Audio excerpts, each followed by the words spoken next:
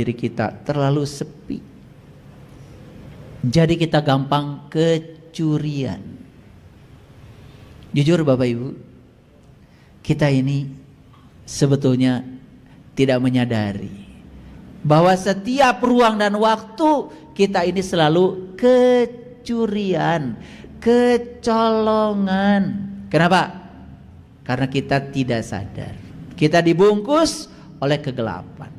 Kalau kita sudah menemukan terang itu dalam diri kita, Allahu nurus samawati wal ard, masyalu nurihi kamishkatin fiha misbah, al misbahu fi jujaja, ajujajatu ka'annaha kaukab. Kalau kita sudah bertemu dengan nur ala nur dalam diri, kita sudah ketemu dengan pelita di dalam diri, yang ada di dalam kaca itu laksana bintang yang berkilauan seperti mutiara. Sudah bertemu dengan itu, nyala di dalam, gak akan pernah kecurian.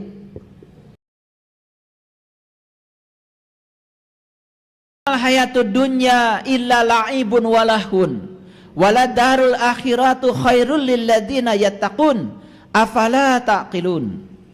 Dan tiadalah kehidupan dunia ini selain dari main-main dan senda gurau belaka. Dan sungguh kampung akhirat itu lebih baik bagi mereka yang bertakwa. Maka tidakkah kamu memahaminya? Jawab. Ini Allah nanya. Tidakkah kamu memahaminya? Jawabnya apa? Tidak. Ya tidak kan? Ya, terpaham-paham maksudnya. Yuk kita lihat sini, lihat saya. Hati-hati. Ayat ini sering disalah artikan. Ketika orang sungguh-sungguh mengerjakan pekerjaan dunia itu bekerja, membangun gedung, membangun peradaban, dianggap duniawi. Tapi kalau orang itu kelihatannya seperti mengerjakan pekerjaan akhirat gitu, seperti kelihatannya itu dianggap soleh kan gitu. Lihat saya semuanya. Kita ini makhluk cahaya bukan? Oke. Kita ini makhluk spiritual bukan? Kita ini makhluk akhirat bukan? Kita ini makhluk akhirat. Apa sih akhirat? Nah, dalam pengertian yang lebih luas, akhirat itu terminal terakhir. Terminal awal kita siapa? Allah. Terminal akhir kita siapa? Allah. Berarti akhirat apa? Kalian itu yang gitu aja pusing. Terminal awal kita Allah. Terminal akhir kita ya rek wih kemana atuh? Terminal awal kita Allah, terminal kita akhir, terminal akhir kita Allah. Akhirat itu terminal terakhir. Berarti akhirat apa? Ya Allah. Jadi kita ini makhluk akhirat bukan? Makhluk akhirat. Makhluk akhirat artinya kita makhluk Allah. Karena Allah berfirman di dalam Al-Quran, fa iza sawaituhu wa nafakhtu fihi min ruhi faqa'u lahu sajidin. Ketika aku sudah selesai menciptakan tubuhmu, aku tiupkan ruhku. Ruhku itu bagian dari dirinya Allah. Bagian dari dirinya Allah ditiupkan kepada kita. Nih, kalau saya ngambil bagian dari air ini, sebagian, sifatnya sama dengan air yang ini? Kan gak mungkin saya ngambil air tidak membawa sifat. Karena sifat itu melekat dalam zat. Setuju? Makanya kita tidak akan pernah bisa memisahkan sifat dan zat. Siapa orang yang sudah sukses memisahkan garam dengan asin? Gak ada. Badai naon bapak teh bisnisna? Saya merek nyieun pabrik asin. Maksudna uyah pak? Lain, asin we.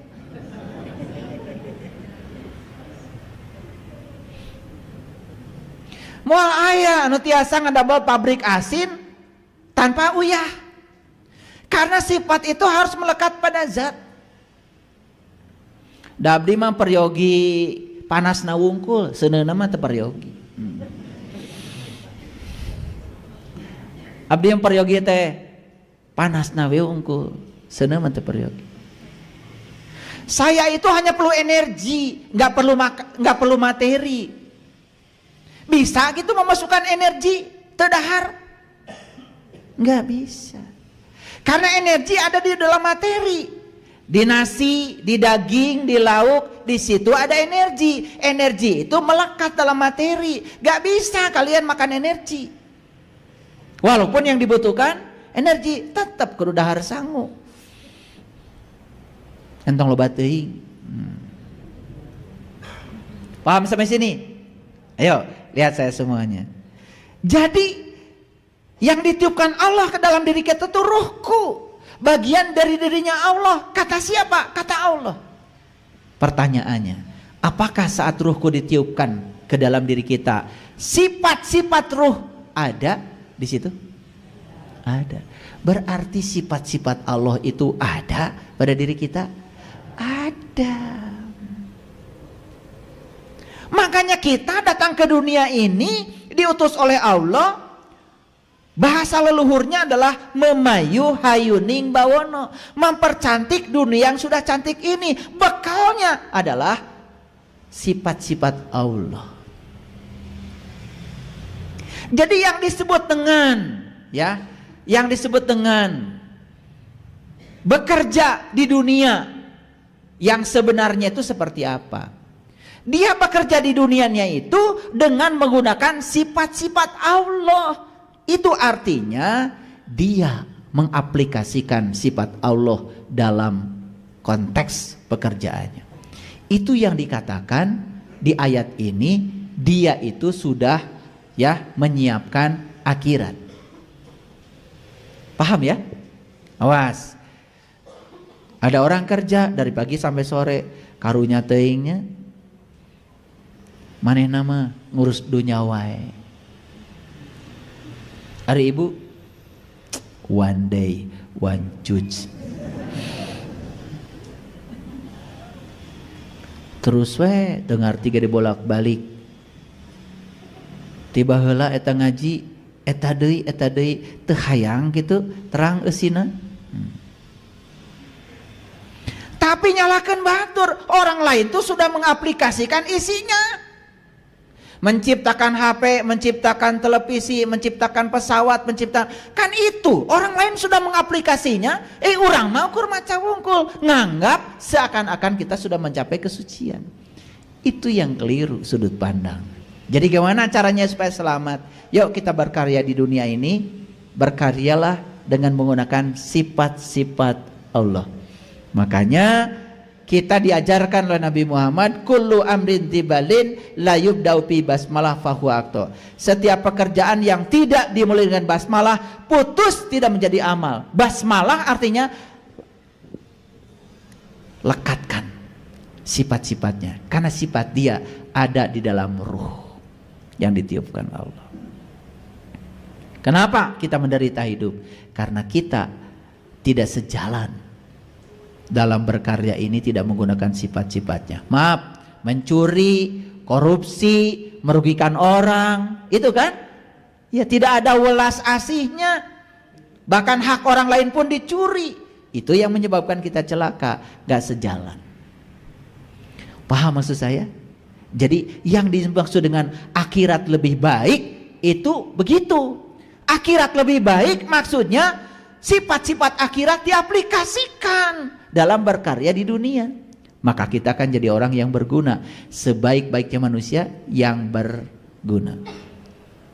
Ibu nganggo panitik? Panitik? Nganggo? Karaos, manfaatnya panitik? Karaos. Upamita aya panitik? Sesah. Laras teu?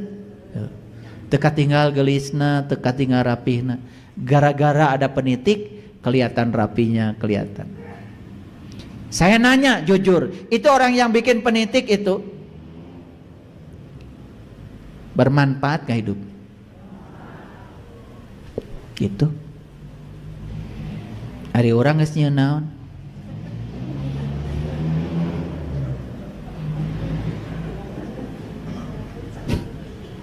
Nyieun kupluk itu bisa. Subhanallah. Tapi kalau udah cerita orang soleh, seakan-akan orang soleh itu ya yang pinter itu, pinter ini. Jangan salah. Orang soleh itu kata Nabi, sebaik-baiknya manusia adalah yang bermanfaat hidupnya bagi manusia lain. Membuat karya, membuat ciptaan, bermanfaat bagi orang lain. Paham? Pak? Nyisir rambut tadi? Anjing-anjing? Nyisir?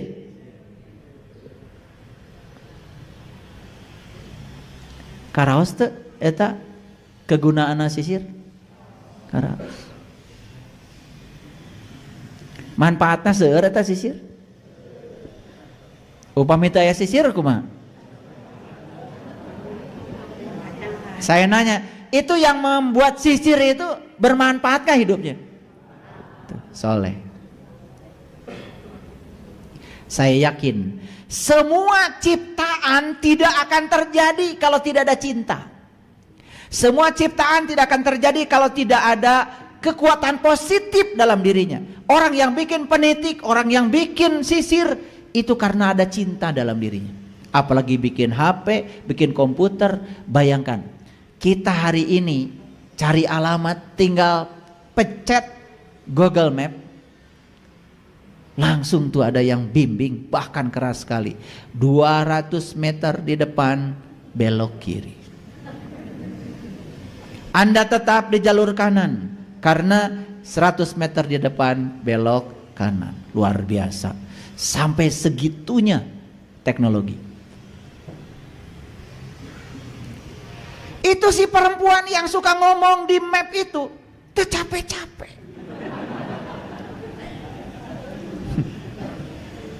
Betul. Nah, itu tercipta setelah orang memahami tentang hakikat dari teori gravitasi. Kalau saya jelaskan itu, wah bisa 10 SKS kuliahnya. Tetapi manfaatnya besar enggak? Ya Allah, luar biasa. Bahkan sekarang Bapak Ibu bisa mendengarkan kajian-kajian langsung di sini, luar biasa. Jadi kalau kita hidup di abad digital ini, kita tidak banyak ilmu,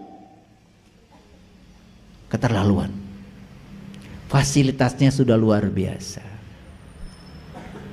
Yuk kita pahami lagi.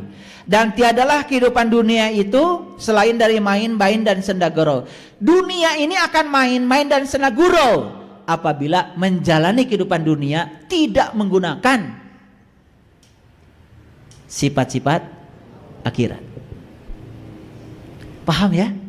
Awas, karena ini salah kaprah, ya.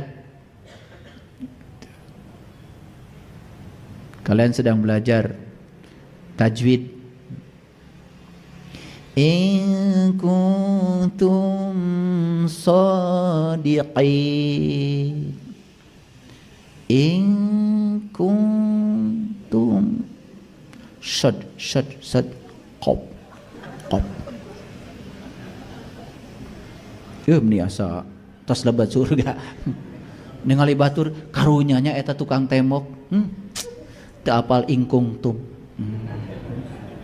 Ari imah maneh jadi kusaha. Jadi jangan menganggap orang lain yang sedang berkaya di sini itu sedang mengerjakan dunia. Yang paling tahu dia bekerja niatnya apa, mereka. Kita tidak bisa menilai mereka. Tapi saya jamin siapapun yang bekerja di semesta ini membawa sifat-sifat Allah, membawa sifat-sifat akhirat, pasti selamat kerjanya. Paham maksud saya? Nah, jadi sekarang kita gimana caranya supaya di dunia ini tidak main-main dan senda gurau. Maka bawalah sifat-sifat Allah ke dalam diri kita. Yuk kita buka salah satu sifat Allah, Ar-Rahman, Ar-Rahim.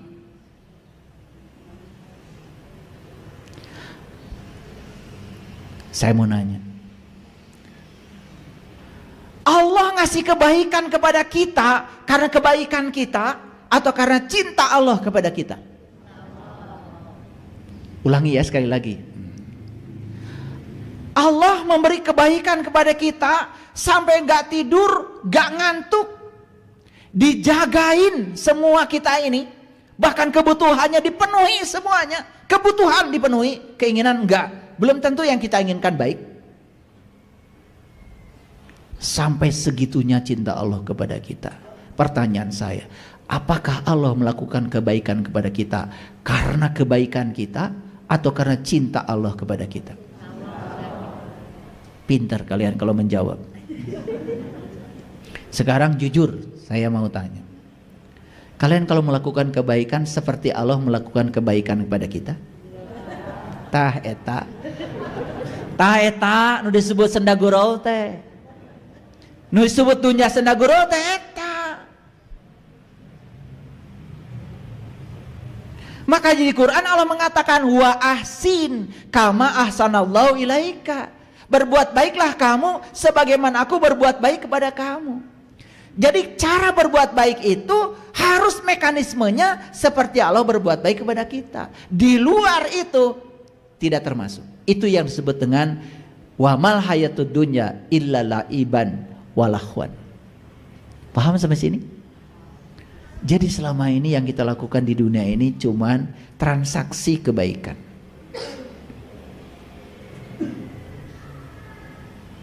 Sampai dihitung atau tidak.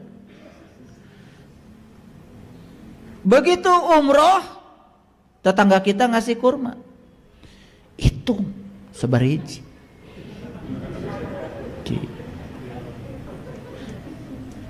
Ya candi dahar kumaneh, acan mah 10 keun sia mun urang umroh 10.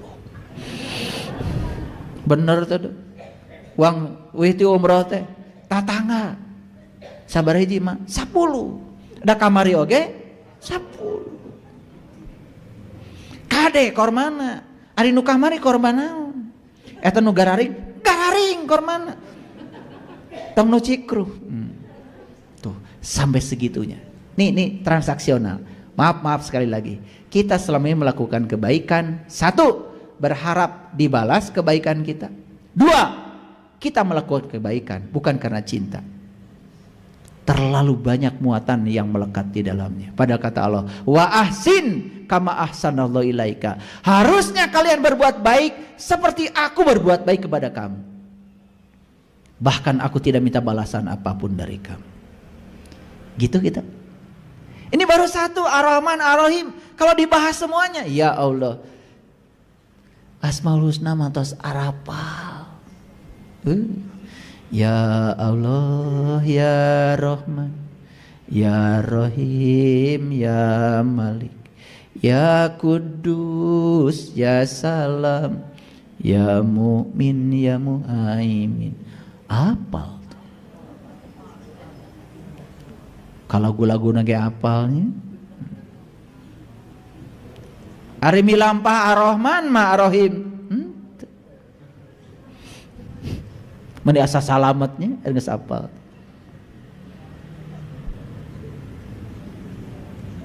Paham sampai sini? Lanjut. Dan penghuni neraka menyeru penghuni surga. Nah ini Quran surat Al-A'raf ayat 50-51. Silakan dicatat ayatnya. Dan penghuni neraka menyeru penghuni surga, limpahkanlah kepada kami sedikit air atau makanan yang telah dirizkikan Allah kepadamu. Mereka menjawab, sesungguhnya Allah telah mengharamkan keduanya itu atas orang-orang kafir. Siapa orang kafir? Yaitu orang-orang yang menjadikan agama mereka sebagai main-main dan sendaguro. Dan kehidupan dunia telah menipu mereka. Maka pada hari ini kami melupakan mereka sebagaimana mereka melupakan pertemuan mereka dengan hari ini. Dan mereka selalu mengingkari tanda-tanda kami. Ayat ini kalau dibaca dengan kesadaran pasti air mata kita mengalir. Luar biasa. Jadi Allah yang mengatakan di ayat ini, ayat surat Al-A'raf surat ke-7 50-51, siapa orang kafir itu? Allah yang menjawab. Orang kafir itu adalah alladzina takhadu dinahum lahwan. walaiban, yaitu orang-orang yang menjadikan agama mereka sebagai main-main dan sendaguro, gak beneran, bohong-bohongan. Saya pernah menjelaskan syahadat. Kan syahadat itu ketika kita membaca pakai mulut, itu kan namanya bersaksi. Betul? Bersaksi itu pakai mulut. Tapi kalau menyaksikan itu kan pakai mata. Betul?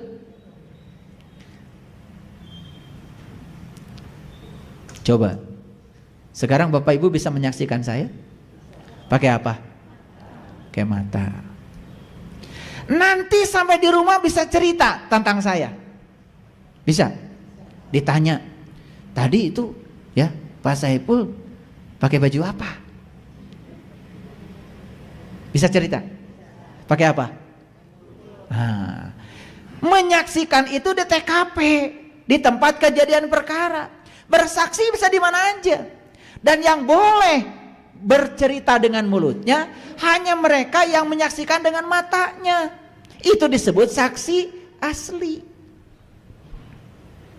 Yang tidak menyaksikan dengan matanya tidak mungkin bisa menceritakan. Betul? Kita bicara asyhadu an la ilaha illallah, aku bersaksi tiada Tuhan selain Allah. Pakai apa? Pakai apa? Pakai mulut. Sudah menyaksikan? Loh. Itu yang disebut dengan laiban walahwan. Heureuy. Gak sungguhan. Sudah gitu sombongnya luar biasa. Ari nyaritakeun batur, kasalahan batur jika pang benerna. Ngerti sekarang? Ngerti? Oke, lanjut. Di Quran surat Al-Ankabut ayat yang ke-64, surat ke-29 diulangi lagi. Dan tiadalah kehidupan dunia ini melainkan sendaguro dan main-main. Sudah paham tadi? Jadi dunia ini sendaguro dan main-main apabila kita berkarya di dunia ini tidak melibatkan sifat-sifat Allah. Makanya Allah bilang dalam Quran, walillahil asmaul husna fad'uhu biha. Pernah dengar itu? Dan Allah pemilik asmaul husna, fad'uhu biha. Undanglah dia dengan asmaul husna. Fad'u itu undang. Jadi gimana cara mengundang Allah? Undang Allah dengan asmaul husna. Gimana caranya? Bukan dibaca asmaul husna, bukan dipasang di jalan, bukan. Tetapi resapi. Itu sifat-sifat Allah. Kita bertindak seperti Allah bertindak. Wa ahsin kama ahsanallahu ilaika. Itu yang disebut di dalam cerita para sahabat, Nabi Muhammad itu akhlaknya Al-Quran. Betul? Nabi Muhammad itu akhlaknya Al-Quran. Makanya beliau itu terkenal memiliki akhlak Allah. Tahaluk bi akhlakillah. Karena akhlaknya Al-Quran. Oke, lanjut dulu. Di Quran surat Muhammad, surat ke-47 ayat 36.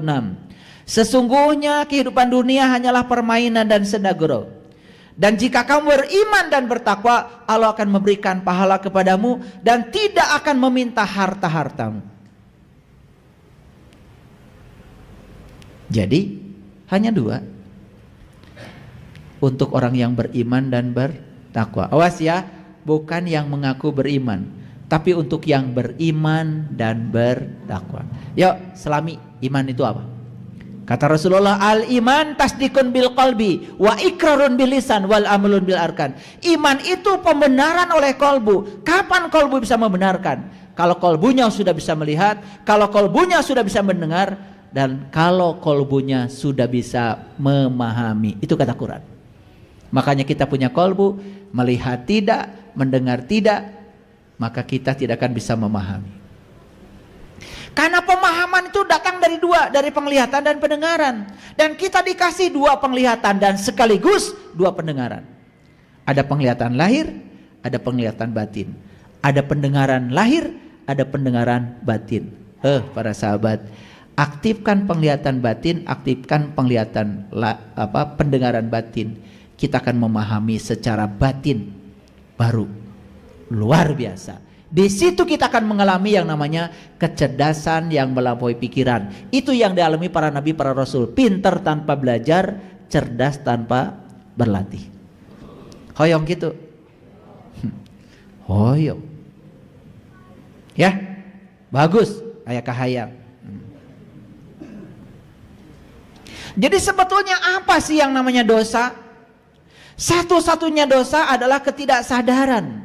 Dan satu-satunya kebajikan adalah kesadaran. Jadi sebetulnya dosa itu buah ketidaksadaran. Kebajikan buah kesadaran. Apapun yang dilakukan dengan ketidaksadaran itu dosa. Sekalipun wujudnya seakan-akan itu adalah ritual ibadah. Apapun yang dilakukan dalam kesadaran itu kebajikan. Itulah pentingnya kesadaran. Subhanallah. Mustahil membunuh jika sadar. Betul? Orang yang membunuh itu kenapa? Karena dia menganggap orang lain itu berbahaya. Dan dia menganggap orang lain itu terpisah dengan dirinya. Orang yang sadar, yang sudah sampai pada kesadaran, dia akan tahu sebetulnya tubuh kita saja yang berbeda, tetapi yang ada di balik tubuh kita adalah Tuhan yang sama, yang maha tunggal. Bagaimana mungkin saya menyakiti Anda? Coba kalau punya kesadaran itu. Gak mungkin kita menyakiti orang. Sifat Rahman dan Rahim, sifat ulas asih itu selalu tumbuh. Keinginan di dalam diri itu cuma apa? Ingin menolong, ingin memberi, ingin berbuat baik. Karena bagi orang yang semacam itu, menolong, memberi, itu adalah kebahagiaan. Karena kebahagiaan yang sebenarnya adalah saat kita membahagiakan orang lain. Tidak ada kekerasan sama sekali yang mungkin terjadi jika kita sadar. Tidak mungkin memperkosa, mencuri, menyiksa. Semua ini tidak mungkin jika kita ada dalam kesadaran. Hanya ketika ketidaksadaran memerintah dalam kegelapannya, semua jenis musuh akan masuk. Jadi semua jenis musuh kita akan masuk. Kita berada di tempat yang panas ketika ketidaksadaran memerintah kita. Jadi sebenarnya yang memerintahkan korupsi itu kesadaran atau ketidaksadaran?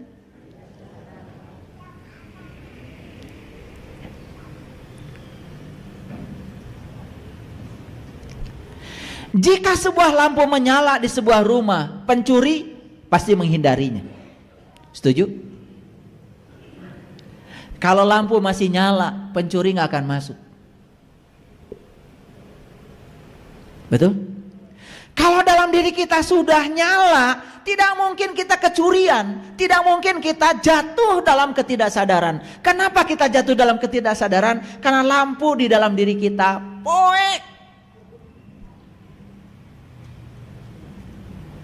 Aduh, hadirin, kalau kita sudah menemukan terang itu dalam diri kita, Allahu nurus samawati wal ard, masyalu nurihi kamishkatin fiha misbah, al misbahu fi jujaja, ajujajatu ka'annaha kaukab.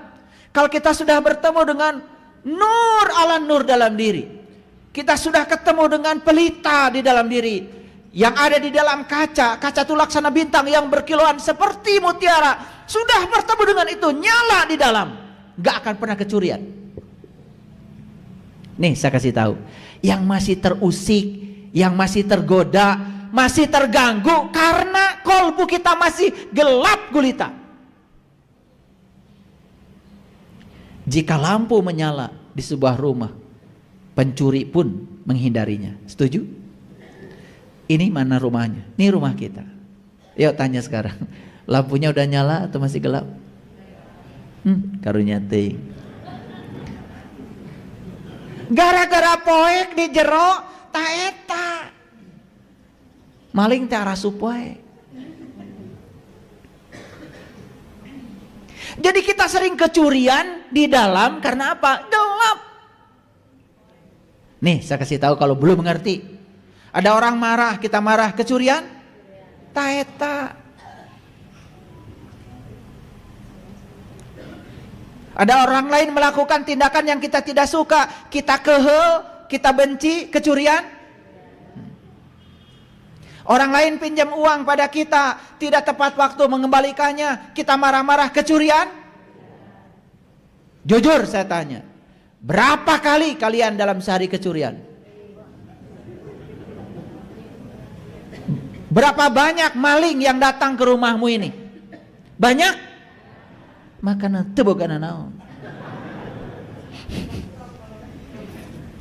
Paham? Kenapa? Poek. Gelap gulita. Yang kedua, ada pencuri masuk ke sini, tapi penjaga di sini terjaga. Lari nggak pencuri? Lari? Jujur. Itu penjaga dirimu tuh ada apa tidak? Ada apa tidak? Dalamun aya mah ketika maling mau masuk teh nyingkah. Ieu udah maling teh resep asup ka imah si eta mah. Hiji poek nomor kadua eueuh nu ngajaga. Betul Pak gitu? Kita kebobolan terus menerus, dua masalah kita. Satu poek, dua teu aya nu ngajaga. Rajin sholat, tapi sholatnya tidak menjaga. Rajin puasa, tapi puasanya tidak menjaga. Rajin baca Quran, tapi baca Qurannya tidak menjaga. Harusnya dipertanyakan, kenapa ritual ibadah saya kok tidak menjaga saya? Makanya di dalam surat Al-Kahfi ada gua, ada rokim. Mana gua? Gua teh gue teh saya. Al-Kahfi teh ieu diri urang. Lain guha. Rek naon asup ka dinya? Asup ka diri. Meniti ke dalam diri, begitu meniti ke dalam diri, kita berhasil menjadi ashabul kahfi. Makanya ashabul kahfi tidur di dalam gua. Tidur itu artinya apa? Sudah tidak terganggu. Penjaganya namanya rokim. Rokim sering diterjemahkan anjing.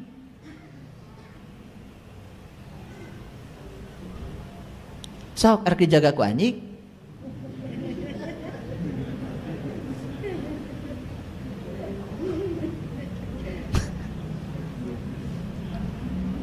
Rokim yang sebenarnya itu kesadaran. Taeta nuduh ngajaga. Mun dipercayakan ke anjing mah memang gitu si eta mah.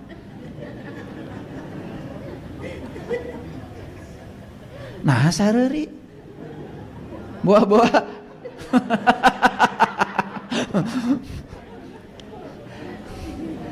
Anjing itu haram, air liurnya awas, pemahamannya jangan terlalu sempit. Yang haram dari anjing teh ta ieu tah babangusna.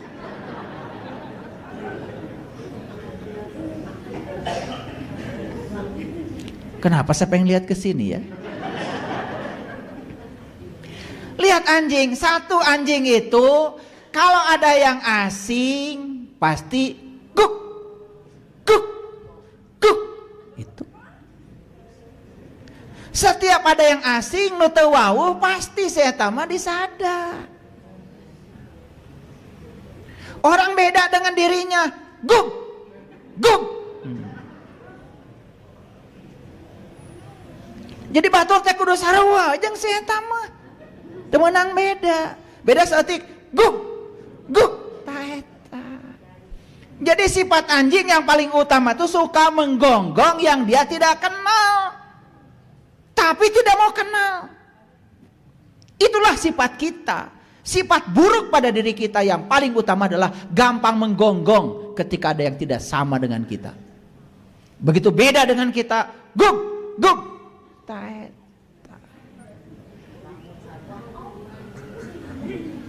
Ari anjing anu di kandang anjing bahaya? Tidak. Yang berbahaya itu adalah manusia yang punya sifat guk, guk. Najis tadi dia tadi nu babangus. Babangus anjing maksudna. Jalmi mah tuh lamai. Lamai.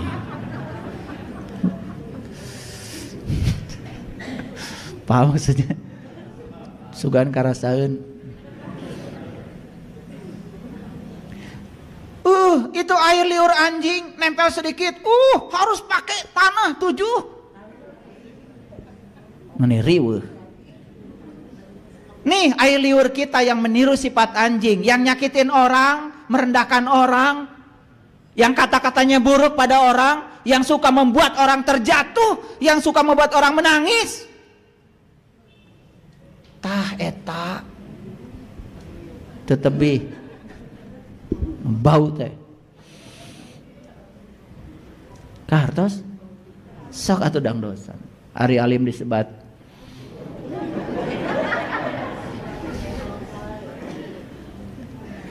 Jadi diri ini jangan dipercayakan sama anjing. Penjaga kita itu harus kesadaran. Kalau dijaga oleh kesadaran, maling gak bisa masuk. Percaya deh sama saya. Yang ketiga, jika orang-orang berjalan dan berbicara di dalam dan di rumah itu masih terjaga, sama sekali tidak mungkin pencuri memikirkannya untuk masuk. Di bumi teh masih ada lampu terang, orang masih jalan lalu lalang, bahkan orang masih ngobrol di dalam, masih sadar. Berani gak pencuri masuk? Nah, pencuri itu masuk, 1 ketika lampu gelap, 2 penjaga walaupun ada penjaganya. Siapa tadi? Yang ketiga, di dalam diri kita terlalu sepi. Jadi kita gampang kecurian. Jujur Bapak Ibu, kita ini sebetulnya tidak menyadari bahwa setiap ruang dan waktu kita ini selalu kecurian, kecolongan. Kenapa? Karena kita tidak sadar. Kita dibungkus oleh kegelapan. Kebajikan tidak akan menjadi kebajikan jika kita tidak sadar. Tadi, kebajikan itu tidak menjadi kebajikan kalau kita tidak sadar. Contoh sederhana. Kita merasa diri kita memberi saja, tidak jadi kebajikan. Karena sesungguhnya kita ini bukan pemberi, kita ini adalah pengembali dari apa yang diberikan Allah kepada kita. Jadi ketika kita memberi itu cuman, ya Allah, saya kembalikan ini kepadamu lewat orang-orang yang butuh pertolonganku. Yang memberi engkau, ya Allah, tidak ada pemberianku, segala puji habis buat engkau. Kebajikan tidak akan menjadi kebajikan jika kita tidak sadar. Bagaimana kita bisa berbudi luhur jika kita tidak sadar? Akan ada ego raksasa yang besar di balik kebajikan kita. Ini yang tidak bisa dihindari. Sepanjang kita masih kegelapan, sepanjang kita masih bercokol dengan bayangan kita, kita tinggal di tempat yang panas. Sepanjang itu pula tidak ada yang namanya kebajikan. Bapak Ibu, suka memberi pada orang lain? Jujur ya, apakah memberi itu yang sisa, yang tidak terpakai, 2.000 kurang yang nggak dipakai? Jujur ya, itu yang kita berikan? Bukan pemberian. Di Quran dikatakan, tidaklah kamu disebut melakukan pemberian jika kamu belum memberikan yang kamu cintai.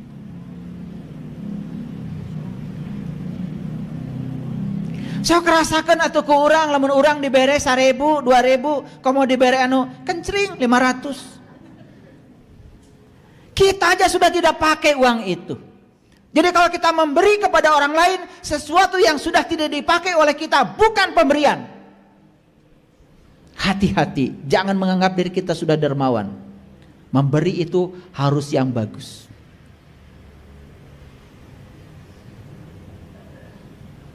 Ada yang ngasih jas kemarin waktu ulang tahun istri saya.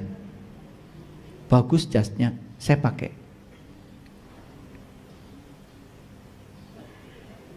Terasa itu pemberiannya itu ikhlas, karena bagus. Nih, kalau jasnya tidak branded, malah nggak saya pakai. Karena saya tidak pernah mengizinkan tubuh saya pakai jas yang murah.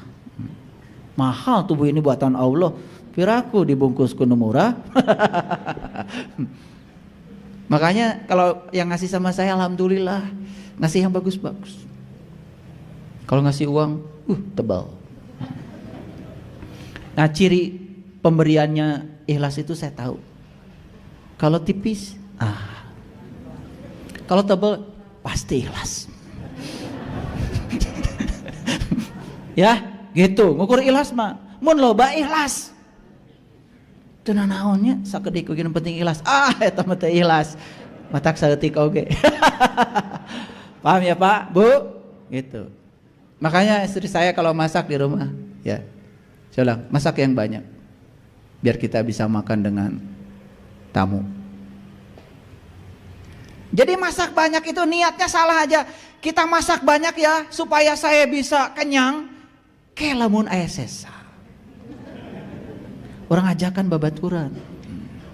Geus seubeuh kakarang ajak batur, tidak disebut kebajikan karena itu ketidaksadaran. Kekudusan yang dikerjakan dengan kepura-puraan adalah sia-sia. Maaf Bapak Ibu. Kekudusan yang dikerjakan dengan kepura-puraan adalah sia-sia. Banyak sesuatu yang disebut kekudusan. Maaf ya, mungkin kita melakukan ritual, sholat, macam-macam. Tetapi semua penuh dengan kepura-puraan. Dan itu sia-sia. Makanya Nabi Muhammad sebelum beliau sholat, beliau berjumpa dulu dengan siapa yang mau beliau sembah. Makanya tidak ada kepura-puraan. Karena sungguh-sungguh merasakan. Kan itu sunnah. Nabi Muhammad mah tepang heula, namanya nyembah. Orang menyembah we tetepang-tepang. Ari ditanya teh, umat nasaha anjeun? Nabi Muhammad.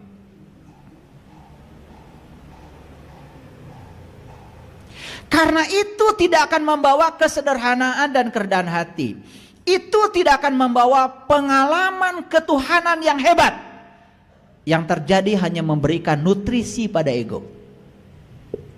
Bapak Ibu, kita merasa sudah melakukan kekudusan, melakukan tindakan yang suci seakan-akan, tetapi penuh dengan kepura-puraan. Sebetulnya kita tidak akan mengalami pengalaman spiritual yang hebat tentang ketuhanan. Justru yang terjadi adalah memberikan nutrisi pada ego kita. Ego kita malah dikasih makanan dengan kepura-puraan. Oh, makin tumbuh besar egonya, makin besar bayangannya, makin panas. Heran ya, kadang-kadang bajunya sih sudah putih, sudah pakai peci putih, tapi masih bawa pentungan. Udah gitu mentung orang pakai Allahu Akbar. Allahu Akbar. Kayak asar dalir. Harusnya Allahu Akbar mah tuh orang gak takut. Harusnya kalau Allahu Akbar orang tidak merasa terancam. Betul gak? Justru orang lari, terbirit-birit merasa terancam. Padahal ucapannya Allahu Akbar. Harusnya kalau ucapannya Allahu Akbar penuh persahabatan, orang merasa aman, tidak merasa terancam. Harusnya kan begitu. Betul apa tidak? Oke. Sedikit lagi. Banyak manusia seperti menjalani kehidupan yang suci dan terhormat, tetapi busuk di dalam. dan menjalani kehidupan yang tidak berarti. Dosa akan menjadi dosa, kebajikan juga akan menjadi dosa. Moralitas sama-sama tidak bermoral. Ngerti maksud saya? Maaf ya, kan kita sering mendengar kejadian-kejadian yang merendahkan kaum perempuan. Itu malah terjadi di tempat yang oleh masyarakat disebut tempat suci. Ngerti maksud saya? Dilakukan siapa? Jelas dilakukan oleh orang yang kecolongan. Karena poeke nih di jerona. Tetapi merasa seakan-akan dia sudah seperti menjalani kehidupan orang suci dan terhormat. Padahal kebinatangannya masih ada. Kebajikan tanpa kesadaran hanya kepura-puraan, hanya kemunafikan. Mereka membuat diri palsu. Mereka tidak membebaskan. Mereka sebaliknya, mereka memenjarakan. Bapak Ibu, sebetulnya kita tuh gak mau sholat, paksakan sholat. Karena apa? Karena pengen surga takut neraka. Sepanjang begitu sholatnya, dijamin oleh saya, kita tidak akan pernah sadar. Tapi kalau kita sudah mengenal jati diri kita, sudah mengenal siapa Tuhan kita, sholat itu menjadi panggilan yang sakral dari dalam. Ingin sholat. Di level itu saya jamin sholatnya bisa mencegah perbuatan keji dan munkar. Ini dari tadi saya bicara, ngerti enggak? Jangan-jangan udah panjang. Karena tadi saya bilang belajar melupakan. Nggak usah diingat-ingat kata-kata saya, tapi dipahami. Dipahami. Jangan nanti coba ulang lagi yang diceritakan tadi. Nggak usah, capek. Tapi semua yang saya sampaikan itu menjadi energi, menjadi kesadaran baru di sini. Itu yang paling penting. Mari kita kembali kepada judul yang awal. Apa judulnya? Melenyapkan bayangan dalam sekejap. Jadi selama ini kita hidup dalam bayangan, kemunafikan, kepura-puraan, karena kita tinggal di tempat yang panas. Kita serahkan diri, dijaga oleh Malik, ego. Dan sekarang mari kita berteduh. Serahkan diri kepada kesadaran. Biar kesadaran yang mengendalikan diri kita. Maka di situ akan tercipta surga. Dijaga malaikat Ridwan. Begitu ridho, teduh. Begitu ridho, tidak ada bayangan. Begitu ridho, tidak ada diri palsu. Kita hidup yang sebenarnya, menjadi diri sendiri. Di level itu saya ingin mengatakan pada semuanya, kita mulai menata kehidupan dengan penuh sukacita dan kegembiraan. Mulai kita menata kehidupan setiap saat, setiap ruang dan waktu, kita tidak terjebak benar salah, baik buruk. Semua realitas adalah kebenaran. Setiap kebenaran diterima tanpa syarat. Gak ada yang ditolak lagi. Begitu selesai dari penolakan, kita mulai memasuki kemerdekaan jiwa kita. Mau seperti itu? Yuk mulai. Piraku atuh. Hoyong di panas wae. Eta tos hararideung kitu. Sudah gosong, masih tetap tinggal di situ. Berteduh. Saat berteduh, semua bayangan hilang seketika. Terima kasih.